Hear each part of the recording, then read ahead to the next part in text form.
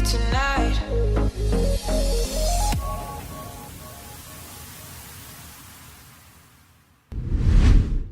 Hey, what is going on, everybody, and welcome back to Unscripted. Hey, I love that we continue to make Wednesdays the greatest day of the week. Hey, also, I am so excited for tonight's episode. We got some amazing things in store for you guys. And in fact, you might actually see some of your friends on tonight's show. So with that being said, I'm going to throw it over to Lizzie. Lizzie, what is happening?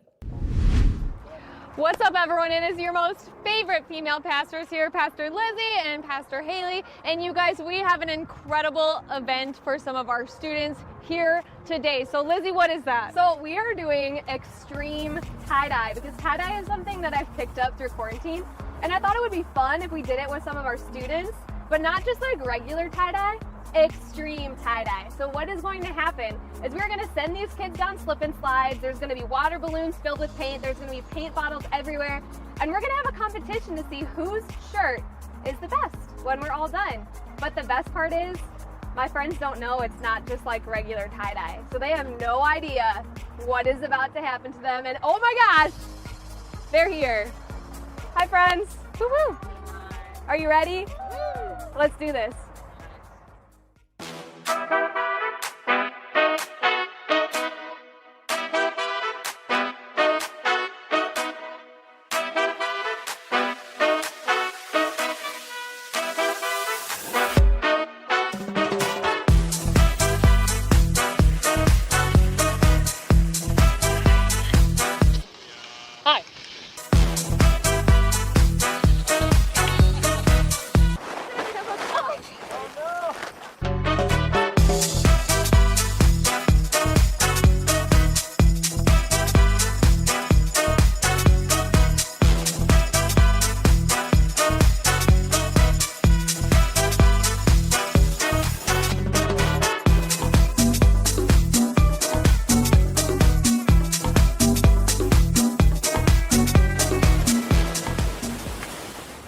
All right, guys, so that was so much fun. So fun. Oh my gosh. Loved it. Extreme tie-dye. We had an absolute blast, but we're not done. You guys have a super important job. In the comments, you need to tell us whose shirt is the best. Is it Julia? Is it Leah? Is it Grace? Or is it Gibson? I don't know. You guys get to decide. And we're sending it back to you, Sam. Hey, thanks so much, Lizzie. It looks like you guys had an incredible time. But guys, we are going to spend some time worshiping now. And I got some friends with me tonight to lead with us. So wherever you're at, either sing this with us or just like sit where you're at and let this moment just take this moment in. So let's sing together. Come on. 1, 2, 3.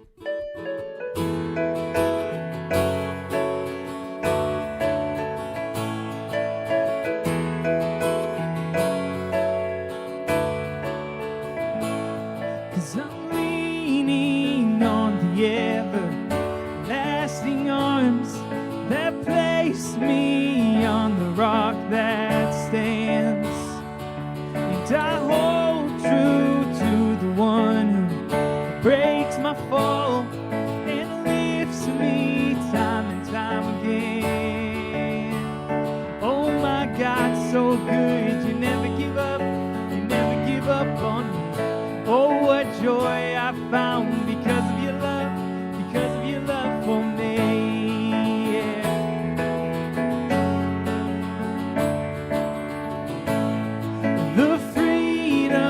Purchased by the highest price, this grace outweighing all my shame, and I'm made new through the power of sacrifice. From death now raised to life again. Oh my God, so good, you never give up on me. Oh, what joy I found because of your love for me. Oh my God, so good, you never give up on me. Oh, what joy I found because of your love for me. Yeah.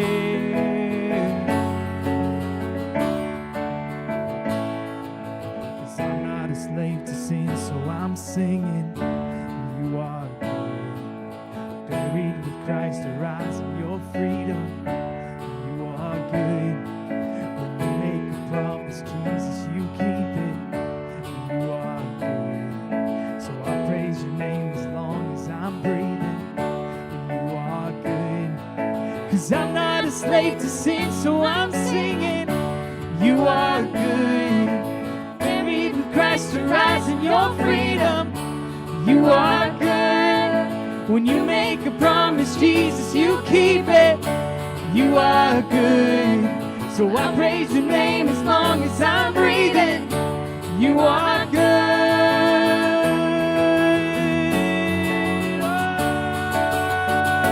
Oh my God, so good. You never give up.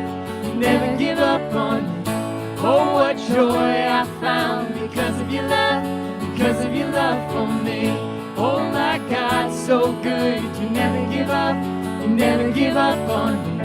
Oh, what joy I found because of your love for me.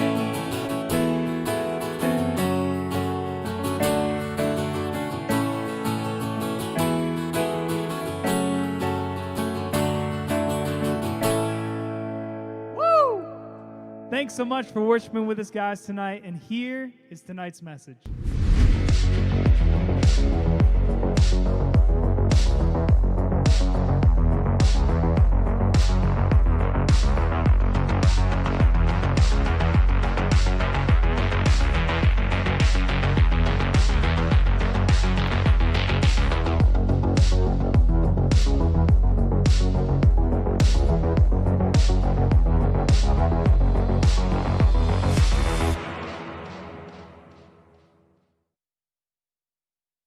Have you ever felt thankful towards one of your friends when they said something awkward to you? Like when one of your friends said something that feels awkward at the time, but they said it because they were looking out for you. Like, yo, you have food in your teeth, man. Or, hey, boss, your fly's down. Or, hey, you have ketchup on your forehead. I'm not sure, but I'm just looking out for you. Or, yo, the person you like is like right behind you, so just don't do anything stupid. I have this favorite pair of Adidas that are pure white, like white as snow, and oh my word, they look so good. I wear them everywhere. I wear them to Target, to church, when I walk my dog. I wear them even on rainy days, which is super smart, right? No. See, I learned the hard way one day when I came inside from the rain. I was feeling pretty good, taking those, yo, check out this ice on my feet kind of strides. But then a friend stopped me and he said, hey, Caleb, you stepped in a puddle back there and your shoes are they're covered in mud. I looked down and sure enough, my pure white Adidas were a mess. I probably spent 10 minutes in the bathroom just trying to clean them up. It was a little embarrassing, but I would have been a mess if my friend hadn't said something to me. And I'm sure I don't have to guess on this one. We've all felt this way. No one likes discovering they have food on their shirt or toilet paper stuck on their shoe or spending forever cleaning up their shoes. But when someone cares enough about us to look out for us and save us from future embarrassment, we're left feeling so grateful. Now, let's think about this from the other side for just a second. Have you ever felt like you should really say something to someone else, but you weren't sure how to go about saying it? I mean, think about it. Telling your friend they have food on their face is one thing, but talking to a friend about a relationship you don't think is good for them, or decisions they've made lately that aren't great, is a totally different scenario. Maybe you've been in one of these situations before. Your brother or sister started hanging out with people who are convincing them to do things that you know aren't right, but what are you supposed to say? Someone in your small group acts totally different in group than they do at school, but you don't know how or when to bring that up to them. Your friend is making decisions their parents would not be okay with. Is it your place to say something about it? We all know what these situations are like, and each situation seems to become increasingly more difficult. This is why we avoid having these conversations. But there's more to it than that.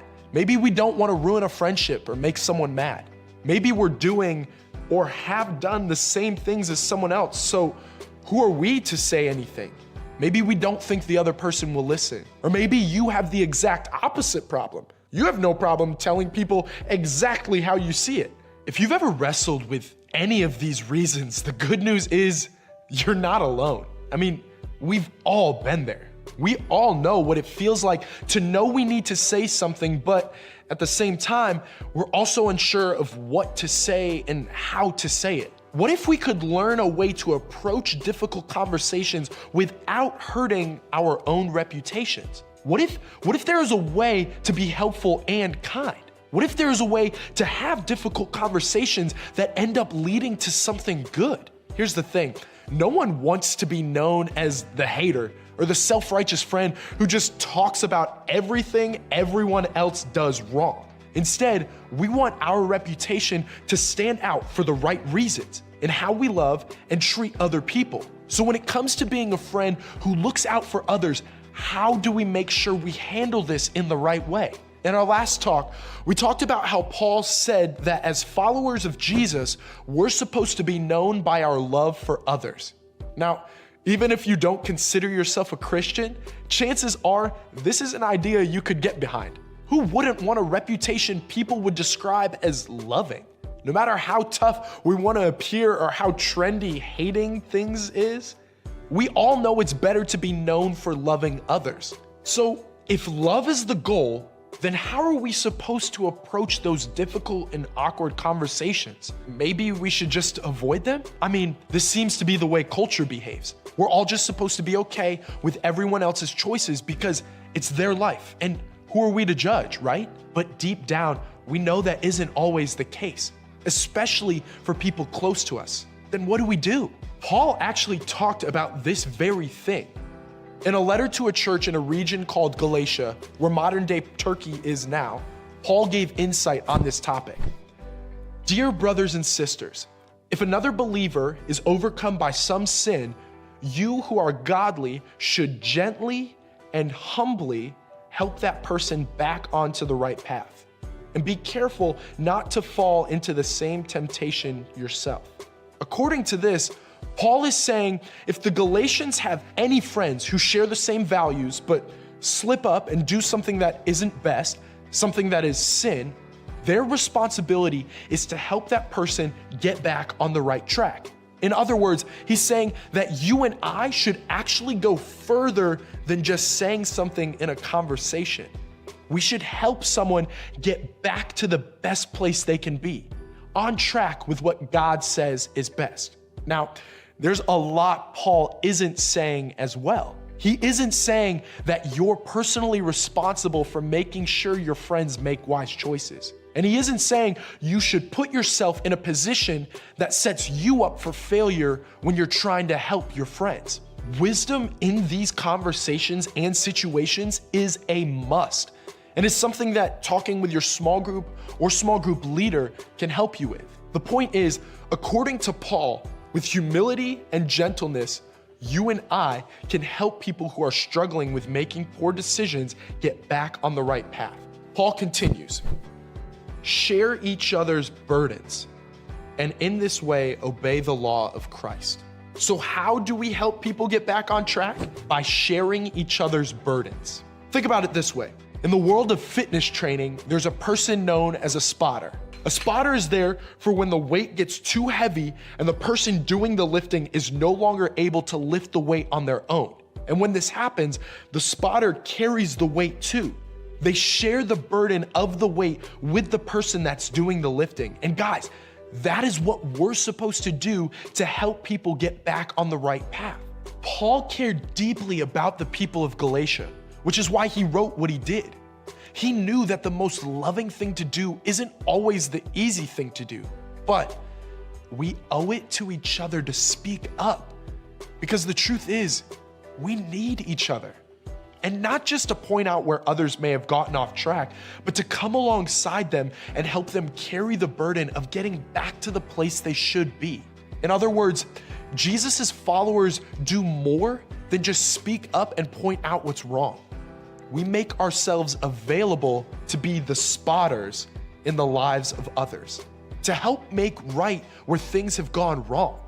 We don't just point fingers, we share burdens and help carry them. Now, again, some of us are like, yo, I'm not afraid to speak up. I don't care what people think.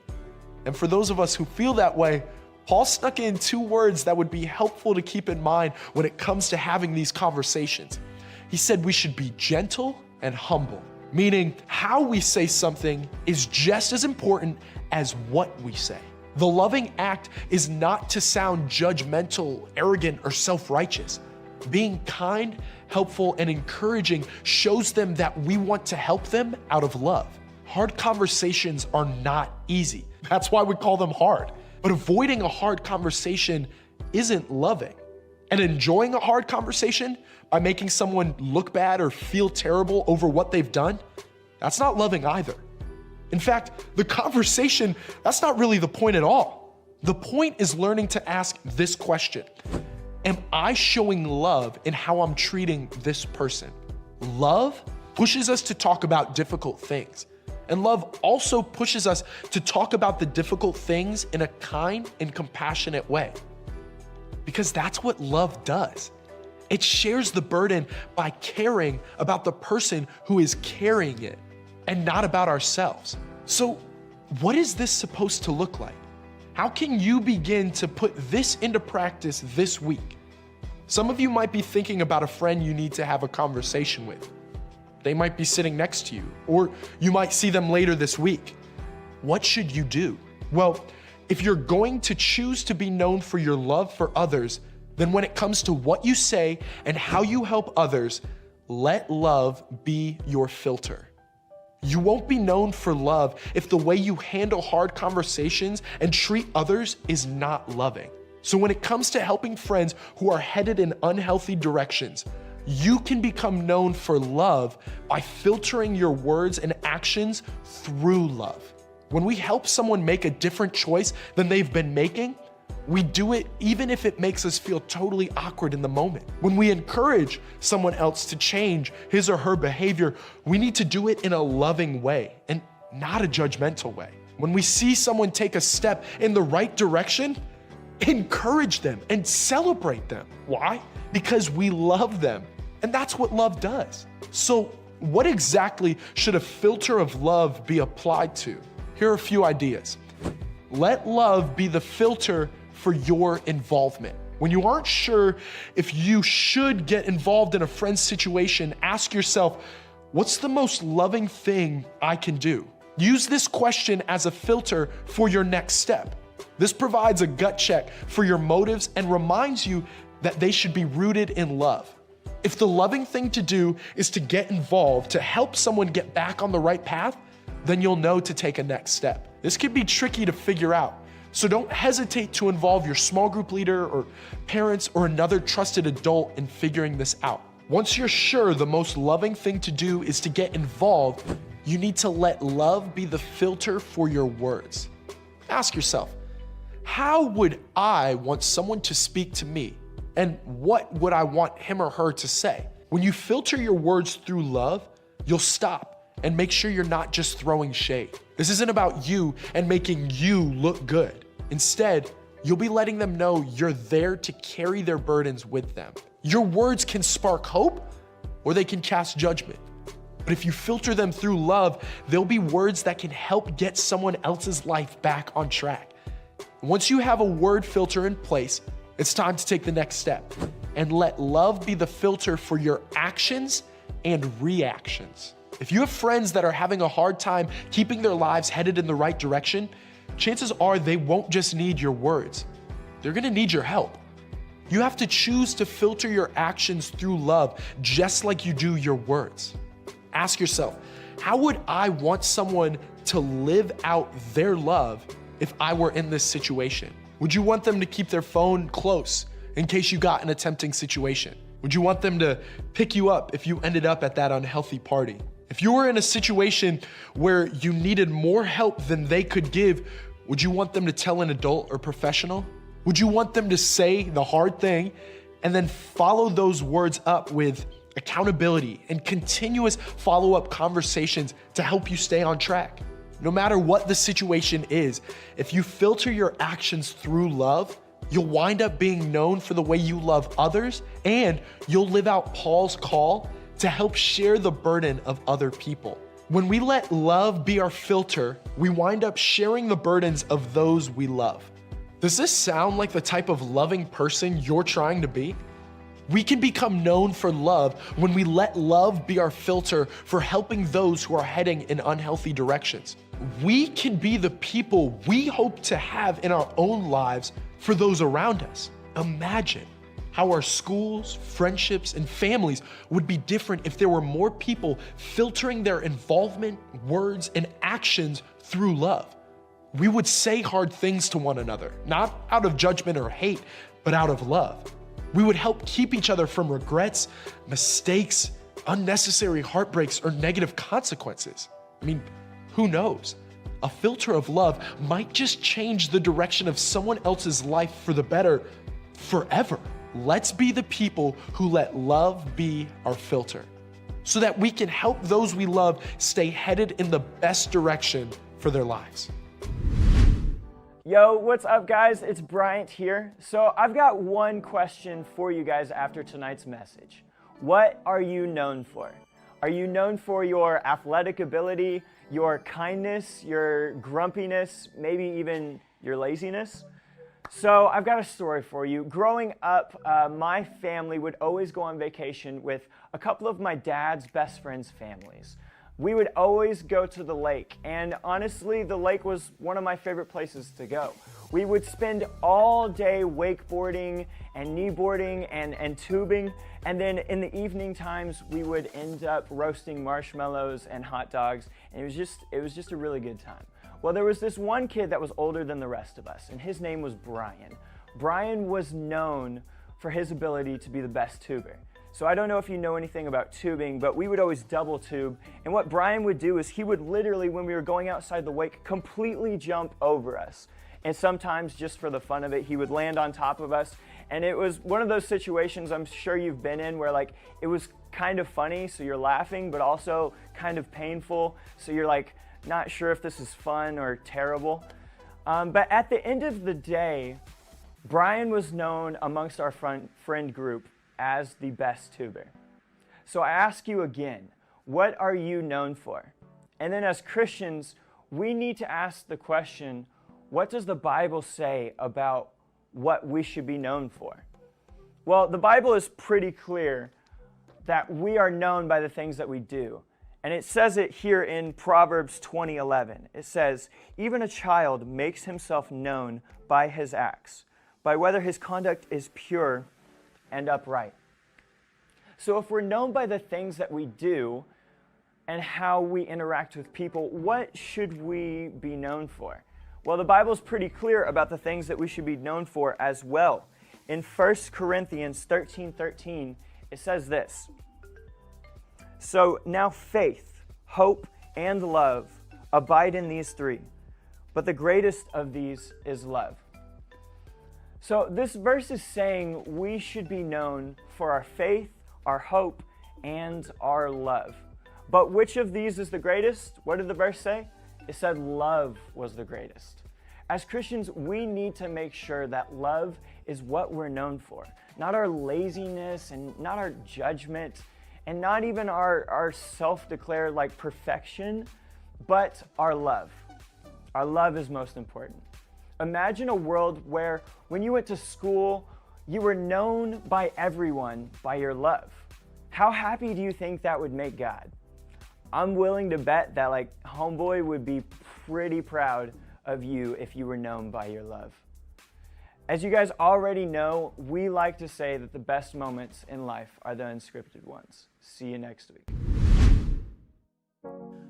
Hey, thanks so much for that word, Bryant. Love you, bro. Hey, also, I love that you guys joined us tonight, but I forgot to mention, my mom actually left me a message. And I love my mom, so I'm just so grateful. Hi, Sam. Love mom.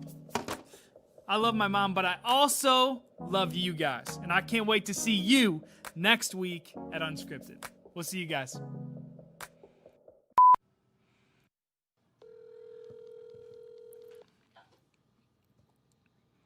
Sam? Hey, Mom. Hi, bud. Hey, I got this letter from you that just says, "Hi, Sam, love Mom." I just wanted to let you know I love you. Oh, you're welcome. So, and I don't have COVID yet, but I might get it. Why? I gotta go, Mom. I'm in the middle of something really important. Okay, bye. Okay, love you. Bye. Love you, bye. I love her.